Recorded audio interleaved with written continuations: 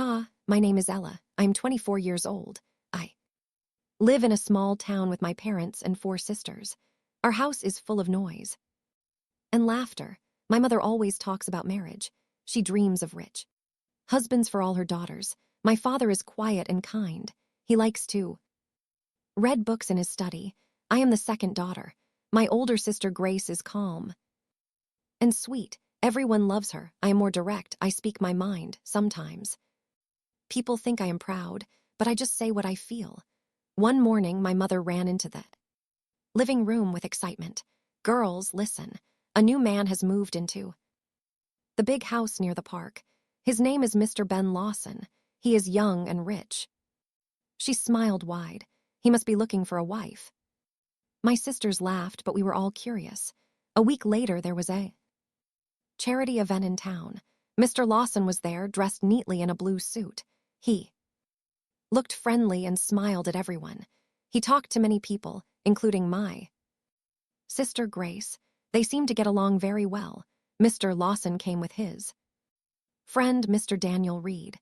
Daniel was taller, quiet, and serious. He looked like he didn't want to be there. People said he was from the city and very rich. But he didn't talk to anyone. When I looked at him, I thought he seemed proud. Later that evening, I overheard him speaking to Ben. He said quietly, "Your new town is small. There is no one interesting here." I felt angry when I heard that. I thought, how rude. He thinks he is better than us. After that night, I didn't like Daniel. I told my best friend Mia, "He may have money, but he has no manners." She laughed and said, "Maybe he is just shy." But I didn't believe her. Grace and Ben started seeing each other more often. He visited our house and brought flowers.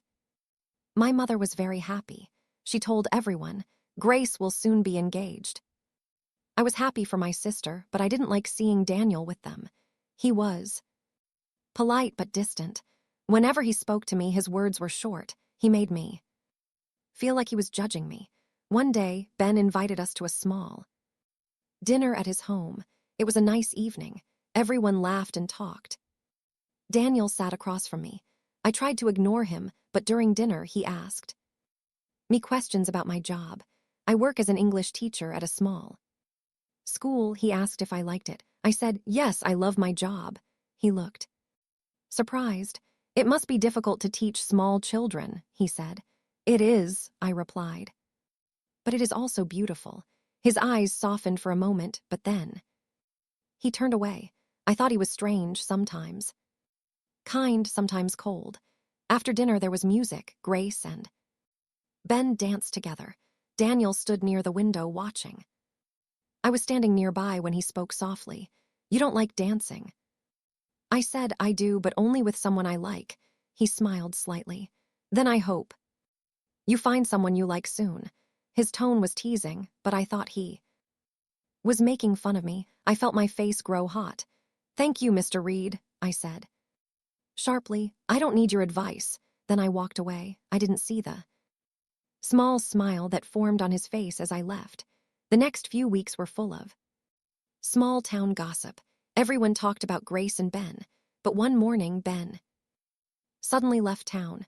He didn't say goodbye to anyone. Grace was heartbroken. My mother cried. "What happened? Why did he leave?" I was angry and confused. Then we heard that Daniel had advised Ben to end the relationship. Grace said softly, "He told Ben I wasn't good enough." I couldn't believe it. My dislike for Daniel turned to hate. I thought he was cruel and proud. A few days later, my friend Mia invited me to the city for a short holiday. I was happy to go. I wanted to forget everything. When we arrived, she introduced me to her cousin George. He was kind, easy to talk to, and very friendly. We started meeting often. He told me that he once worked with Daniel Reed. I was surprised. I asked, "You know him?" George nodded. "Yes, but he is not a good man," he said. "He cheated my friend in business." I was shocked. That made me hate Daniel even more. I told Mia everything, and she said, "He doesn't sound like someone who deserves your time." When I returned home, Grace was still sad, but she tried to smile again. My mother didn't stop talking about finding us husbands. She said, "Ella, maybe one day you will meet someone rich and kind." I laughed. I want someone kind first, rich later. But deep inside, I was still angry about Daniel and how he hurt my sister. One afternoon, while I was out for a walk, I saw a familiar car stop near the park. Daniel stepped out. I froze. "He looked surprised too, Miss Ella," he said quietly. "It's been some time. I didn't want to talk to him." "Yes," I replied coldly. "I'm surprised you came back." He sighed. "I came to see Ben. He regrets how things ended." I crossed my arms. "He hurt my sister." Daniel looked serious. "I didn't mean to cause pain." His voice was calm, almost soft. I thought I was protecting him. I frowned. "From what?" "From love." He looked at me for a moment, then said, "From a family who only wanted his money." His words cut me deeply. "You are wrong," I said firmly. "My sister loved him for who he was, not what he had." Daniel's face showed regret, but I didn't care. I turned and walked away. My heart was racing. I was angry, but I also felt something strange. Something I didn't understand yet. That night I couldn't sleep. I kept thinking about Daniel's face, his quiet voice, and the sadness in his eyes. Why did he look so sorry? Why did his words feel different this time? I didn't want to care, but I couldn't stop thinking about him. I told myself it meant nothing. Still, when I closed my eyes, I saw his face again. It was the beginning of something I didn't expect. Something that would change everything I thought I knew about pride, about love, and about him. Before I continue rest of the story, please like, subscribe, share, and tell me where you are listening from. Your support means a lot to me. Now let's continue. A few weeks passed, but I couldn't forget that meeting in the park. Daniel's calm voice and the sadness in his eyes stayed with me. I tried to push it out of my mind. I told myself he didn't matter, but deep inside I felt confused. Could I have been wrong about him? I didn't want to believe it. I told my sister Grace about seeing him. She listened quietly and then said, "Maybe he feels bad, Ella. People can change." I didn't answer. I didn't want to talk about him anymore. A few days later, a big surprise came. My aunt invited me to visit her in the city for 2 weeks. I was excited. I needed a change. When I arrived, her home was full of light and laughter. She loved to talk, and her husband was always joking. One evening, we went to a charity event at a hotel. There were many guests: businessmen, teachers, and families. As I stood near the buffet table, I heard a familiar voice behind me. I turned, and there he was, Daniel Reed. He looked different. Not cold, not distant, just tired, maybe even shy. He walked toward me and smiled. "Miss Ella," he said softly, "I didn't expect to see you here." I took a deep breath and replied, "Neither did I." He looked around the room. "May I offer you some coffee?" he asked. For a moment I wanted to say no, but something in his voice was gentle, so I said, "All right." We sat at a small table. It was strange at first. I didn't know what to say. Daniel broke the silence. "I know you think badly of me," he said slowly. "You have every reason to, but there are things you don't know." His words caught my attention. "What things?" I asked carefully. He sighed. "When Ben met your sister, I didn't understand her. Well, I thought she didn't love him. I thought she was only being kind because he was rich. I was wrong. I see that now. I didn't expect that." "You were wrong," I repeated. He nodded. "Yes, I thought I was protecting my friend, but I hurt your family instead." His eyes met mine. "I'm sorry." For a moment I didn't know how to speak. I had hated him for so long, and now he said sorry simply. I said, "My sister was very sad, but she's strong. She's better now."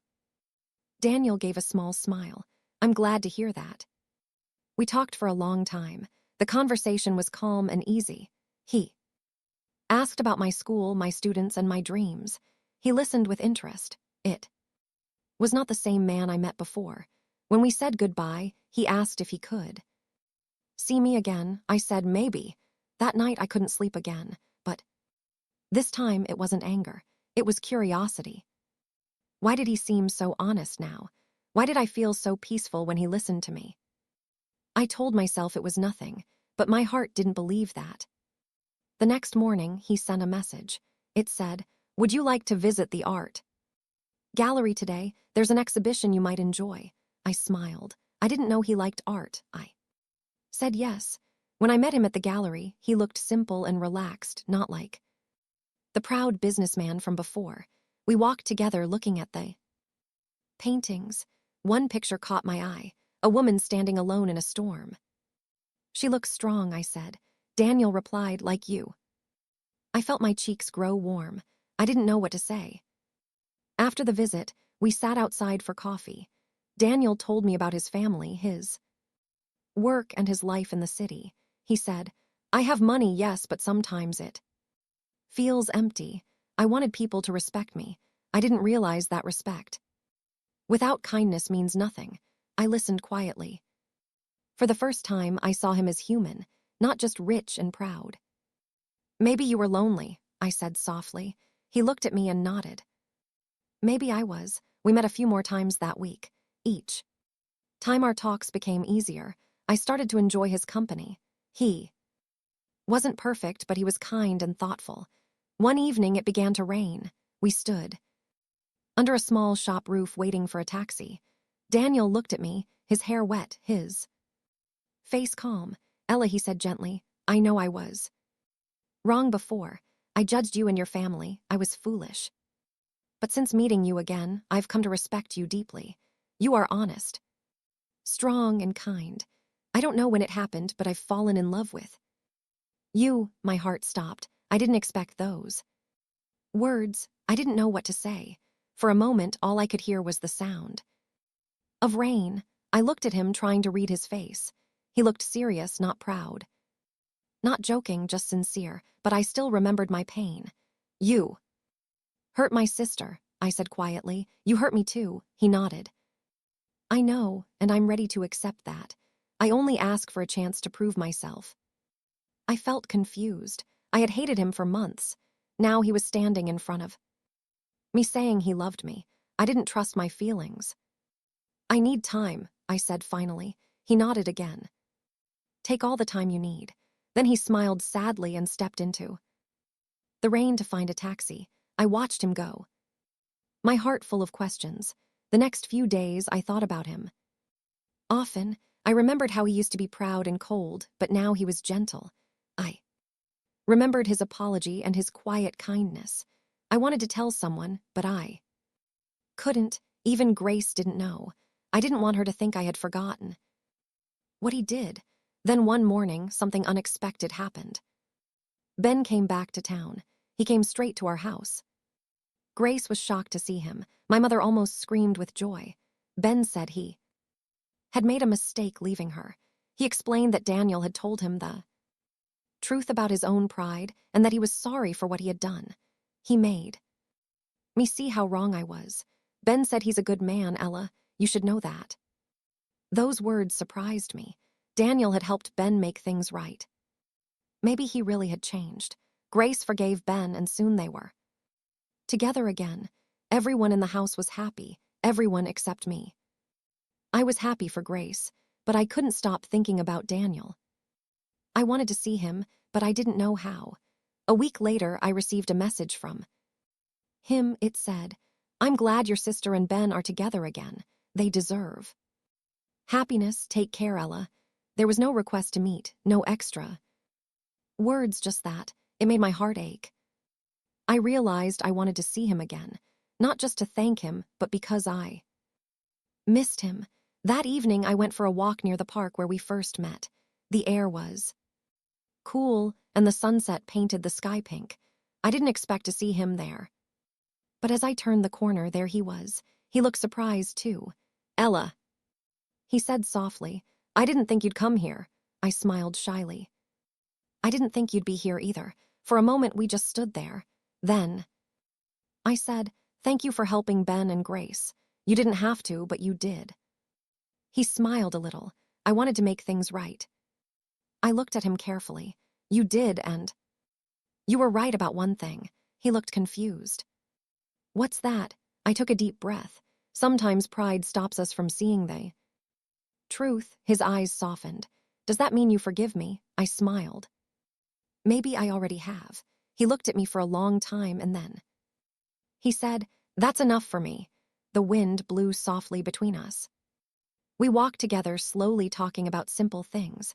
Our families, our dreams, our mistakes. Everything felt different now. It wasn't pride anymore. It wasn't hate. It was something warm, quiet and real. After that evening in the park, Daniel and I started to meet more often. We didn't plan it, but somehow we always crossed paths. Sometimes it was at the coffee shop near my school, sometimes at the park. Evening, he never pushed me to talk about what had happened between us. He just smiled and asked about my day. It was simple, but it felt peaceful. I liked being around him. He listened to me in a way no one else did. When I talked about my students or my family, he listened carefully. One afternoon after I finished teaching, I saw his car waiting outside. He got out holding 2 cups of coffee. You look tired, he said. I thought you might need this. His voice was calm and warm.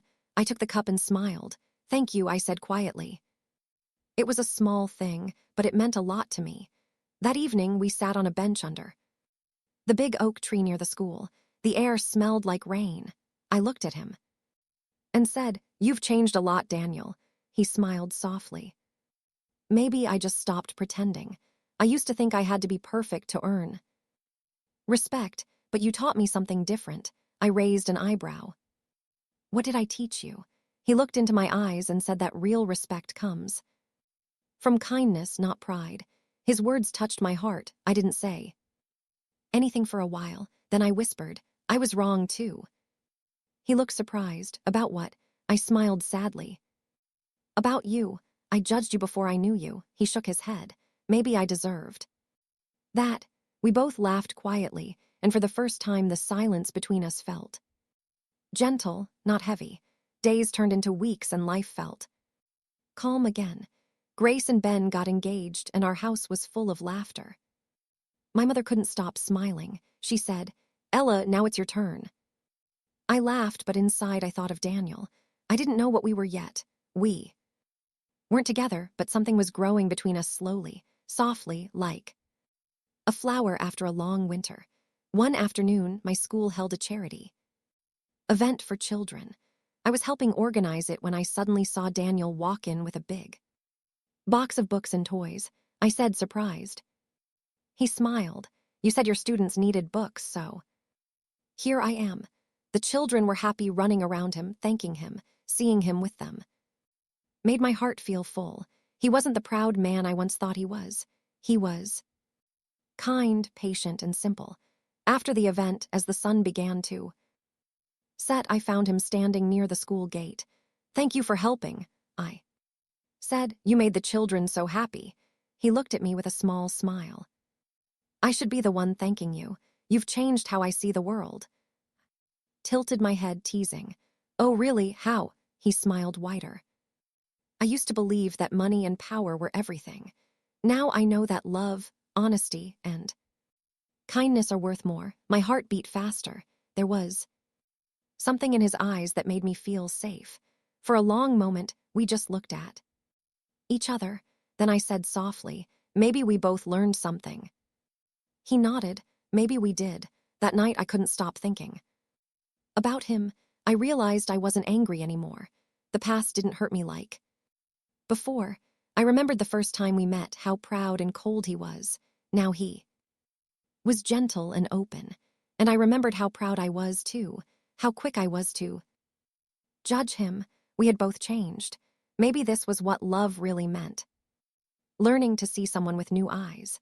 A few days later, my family hosted a small dinner for Grace and Ben. Our house was full of flowers and laughter. My mother was busy giving orders to everyone. I was helping in the kitchen when I heard my father's voice. Ella, there's someone here to see you. I wiped my hands and walked to the living room. Daniel was standing there dressed neatly. but simply holding a small bouquet of white lilies. My mother almost dropped a plate. "Oh, Mr. Reed, what a surprise," she said loudly. He smiled politely. "Good evening, Mrs. Bennet," he replied. My mother looked at me and winked before leaving the room. I wanted to hide, but I couldn't stop smiling. Daniel looked at me and said, "I came too. See your sister and Ben, but I also wanted to talk to you." My heart raced. "To me?" I asked softly. He nodded. "Yes." He took a deep breath. "Ella, I know I made mistakes. I was proud and I hurt you and your family. But every day since we met again, you've shown me what it means to be better. You've changed me in ways I can't explain. I don't want to lose you. I love you." For a moment, everything around me went quiet. I could hear my heartbeat. I looked at him, his face, his eyes, his voice. He wasn't the man I hated months ago. He was someone new, someone I trusted. I smiled, tears filling my eyes. "I think I love you too," I whispered. He stepped closer, his eyes shining with warmth. "You think," he said, playfully. I laughed softly. "No," I said, looking up at him. No," he laughed too, and for the first time. It felt like everything had come full circle. When my family saw us talking, my mother nearly cried with joy. Grace hugged me and whispered, "See, some stories do have a happy ending." I laughed and said, "Yes, but not without a few lessons first." That night, after everyone had left, Daniel and I walked outside under the stars. The air was cool and the world felt peaceful. He took my hand and said quietly, "Do you remember the first time we met?" I smiled. "How could I forget?" I thought. "You were the proudest man in the world," he laughed. "And you were the proudest woman." I nodded. Maybe we were both right. We both laughed again, but then his voice grew soft. "I'm glad we were wrong in the end." I looked up at the stars and smiled. Me too. The wind moved gently through the trees. His hand was warm in mine. I knew that our love wasn't perfect, but it was real. It was born from mistakes, pride, and misunderstanding, but also from forgiveness and truth. As we stood there together, I thought about everything that had happened. Sometimes love doesn't come easy. Sometimes it hides behind pride. But when we learn to listen, when we choose kindness over judgment, love finds its way. That night, I realized something simple but powerful. Pride had brought us apart, but love had brought us back together. And for the first time, I understood what true love really meant. It wasn't about money or status. It wasn't about being right or wrong. It was about two hearts learning to forgive, to understand, and to grow together.